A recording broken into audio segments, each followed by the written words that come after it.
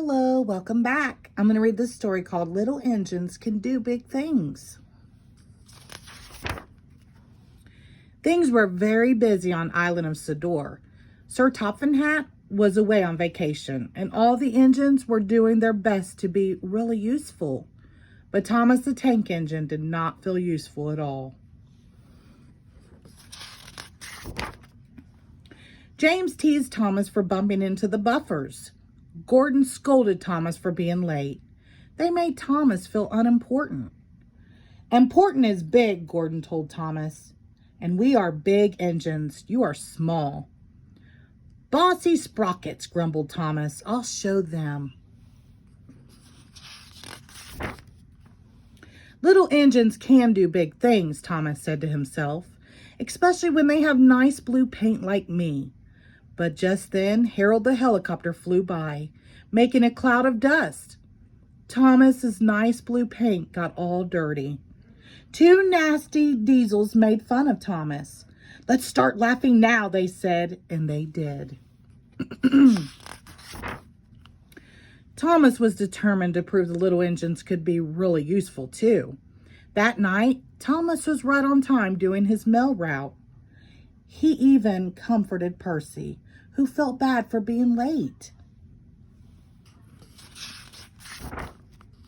The next morning, Thomas saw Henry looking glum. Morning, Henry, pepped Thomas. What's the matter?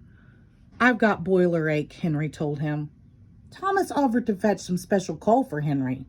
Thank you, Thomas, said Henry. Special coal will make me feel much better. Thomas smiled and puffed away, feeling really useful indeed. Near a set of old buffers, Thomas set to work collecting the coal cars. But the last car was not coupled properly. Thomas didn't notice the coal car sliding quietly backward. He didn't notice it mysteriously disappearing through the old buffers. It wasn't until later Thomas realized the coal car was missing. I was up near the buffers when the last coal car disappeared, Thomas told Percy. Percy got very excited. Maybe those buffers are the entrance to the magic railroad, he cried. The engines had heard the legend of the magic railroad and the beautiful golden engine called Lady, who gave the railroad its magic power. Lady had disappeared long ago, and the magic railroad had disappeared with her. Percy, you are clever, Thomas exclaimed, and hurried away. Thomas steamed back to the old buffers. He knew that bringing Lady back would be really useful, but he was nervous too. What if I go on the magic railroad and my wheels don't work, thought Thomas. What if it's dark? But Thomas kept going. He reached the old buffers and passed right through. The magic railroad was dark and scary, but it was also beautiful. Thomas found the missing coal car. With the coal car coupled properly, he continued along the magic railroad. Thomas passed through another set of buffers and into a world he had never seen before. This was the other end of the magic railroad and the home of the Lady, that golden engine. Lady had not run in many years, but with the help of the special coal from the island of Sador, she was soon steaming again. As Lady moved along, her lovely, happy face was revealed once more.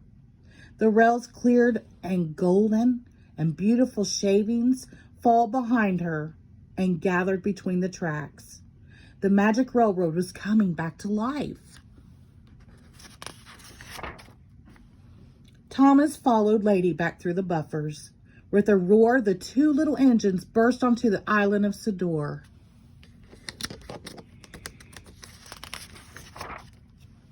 Hooray for Thomas, the engines cheered.